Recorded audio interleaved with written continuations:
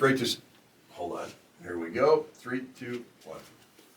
Heidi Voigt is back in studio with us. Great to see you, Heidi. You as well. Hey, you just did some pretty neat stuff with these 3 kids from high school. Yeah, they're a good bunch of kids, Aren't they? Yeah. I mean, so often kids get raked over the coals, guilty of doing that. Yeah. But these 3 that were in here got it going on. Yeah, no, really neat group. Really, all the people who applied for the scholarship, there was a lot of really good Yeah, that's got to be people. a tough choice. Yeah, it was. But it was a neat thing though. Like we kind of made it anonymous, and the agents in our office got to vote on the people that got it. So they good profiles, good goals, neat futures coming up. Yeah. So these moms and dads, these were all seniors, right? Yeah. So these moms and dads are going to be facing something that I think you and I have already experienced, and that is the empty nest. Yes. So, and just because you have a senior doesn't mean that you have an empty nest, but eventually your empty nest comes when you have a senior. Well, right? hopefully anyway, right? Yes. So, which is, I mean, it's kind of a conversation. Oh, it's a happy, sad time. It is, and and people approach it in all sorts of different ways. I mean, when we're talking to people about empty nesting with regards to real estate, there are people that plan it. I mean, I've had people where we're having our graduation party on June 4th and we want our house on the market on June 10th. Oh, that's funny. Those people are ready to downsize. Sure. And it could be, they want to get out of a school district into a different one, or they want to move out to the lake because, they stayed in town because they wanted their kids to be close. So it can be a lot of different things, but a lot of times those conversations will happen the year that somebody is actually going to graduate, which is beautiful because you think about what else do you do when you have a graduate? You get ready for a graduation party.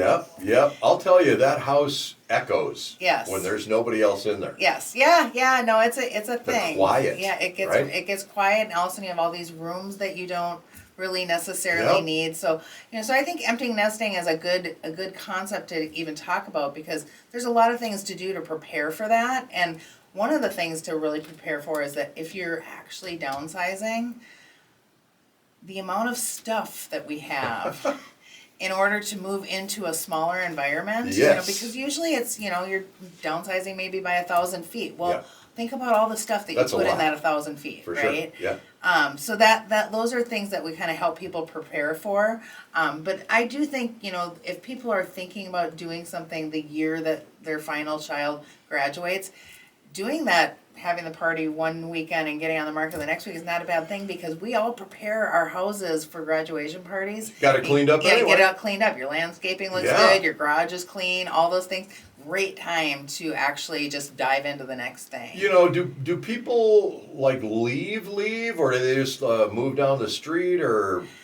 I'm seeing people do a lot of different things. One of the trends I saw probably 3-4 years ago were that people were maybe going from the town that they were in that had the school district that was preferred for their kids, and they were moving maybe 4 miles down the road into something smaller with a little bit lower tax base. Sure. Because tax bases can vary based on what school district you're in. So I saw that as a big trend for a little while.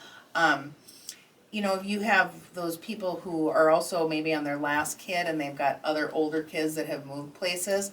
I see a trend of people potentially selling their home here and moving up to their lake, but then maybe getting a condominium in the cities because that's where the rest of their kids have been. Well, and also, I know that there are some parents that purchase a home for their student to live in, and have roommates that come along, and that way it makes the house payment. For sure, and that's another transitional type of thing that I've seen. I have 2 families that I've worked with that they've done that in the U of M area, and then sold everything they had here, and they live in those homes now. Sure. So there's a lot of transition type of things, but I think the main thing is downsizing because you just don't need the space anymore, or transitioning out of a school district that you just don't need to be in anymore. But there's all sorts of reasons. I mean, people might say, we waited a long time to go to a warmer state, and we're doing it now. Exactly right. Now, obviously, if you're running out of the state of Minnesota to Arizona, Florida, or whatever, I get that part. But I also see, I'm in a 5 or 6 bedroom home right now. the last child is gone, it's time for the patio home on the golf course. Yeah, and some people want that, and some people are of the other opinion. I mean, my husband and I are a little bit different. Our kids have come back, left, yep. And we maintain where we're at because we want to have room for everybody. Room for grandkids. Yes, and you can't forget about the grandkids. That's right. That's even if you're going to be an empty nester for a little bit. Yeah. I know the first questions most moms ask when that first daughter gets married. Hey, how's that grandchild coming? Yes, right? Exactly. You bring up a really good point, and I have seen people move into the patio home. Yeah. And then they get grandkids, and they do the reverse. They go out, they buy something. They're like, we want land, we want a place for our grandkids to be able to be on a trampoline.